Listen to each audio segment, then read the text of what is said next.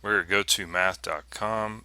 Let's click on the calculus and go down to Extrema on an interval. I believe I got one more of these to cover. Man, let's click on this problem here and get a new one to come up there. So we can actually see the graph on. Find the absolute extreme on the closed interval between f of x is equal to negative 0.1x minus 2. And then we're in the interval between negative 9 and 19. So we'll want to write that down. Alright, so down here you can see this is the graph of f of x. And of course I've dotted the endpoint, so you can obviously, this is going to have a larger y value associated with it than this one here. But we're going to go over to the whiteboard and actually write all that out. Alright, show you how it's worked out. And of course, we always want to build on something that we know, right? Anyway, we have f of x is equal to negative 0.1 x minus 2, and we are on the closed interval between negative 9 and 19.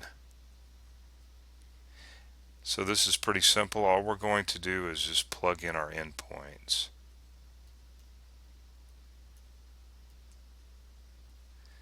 Times negative 9 minus 2, and I'm not writing an approximate sign.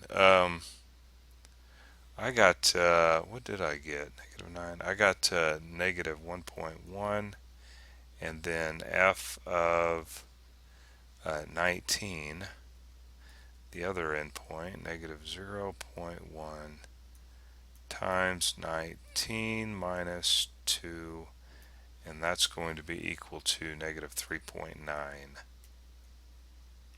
So as you can see here, the absolute value, we'll just abbreviate that, the absolute value, is that what I said? It's not what I meant to say.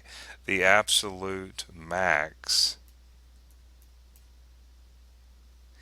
is going to be a negative 1.1 when x is equal to negative 9.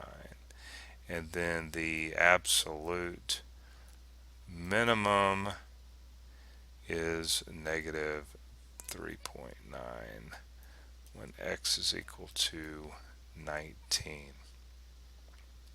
So we'll go back, take a look at what we got.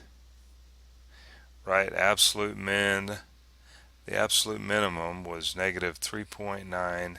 Now it says round to 2 decimal places. I say this because sometimes I get a funky stuff where it goes out a bunch of decimal places. So we just go ahead and say round 2 decimal places and add a 0 if we have to.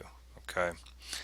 Negative 3.90, the minimum when x is equal to 19. Okay, I think that's what we decided. And then the absolute max is negative 1.10 when x is equal to negative 9.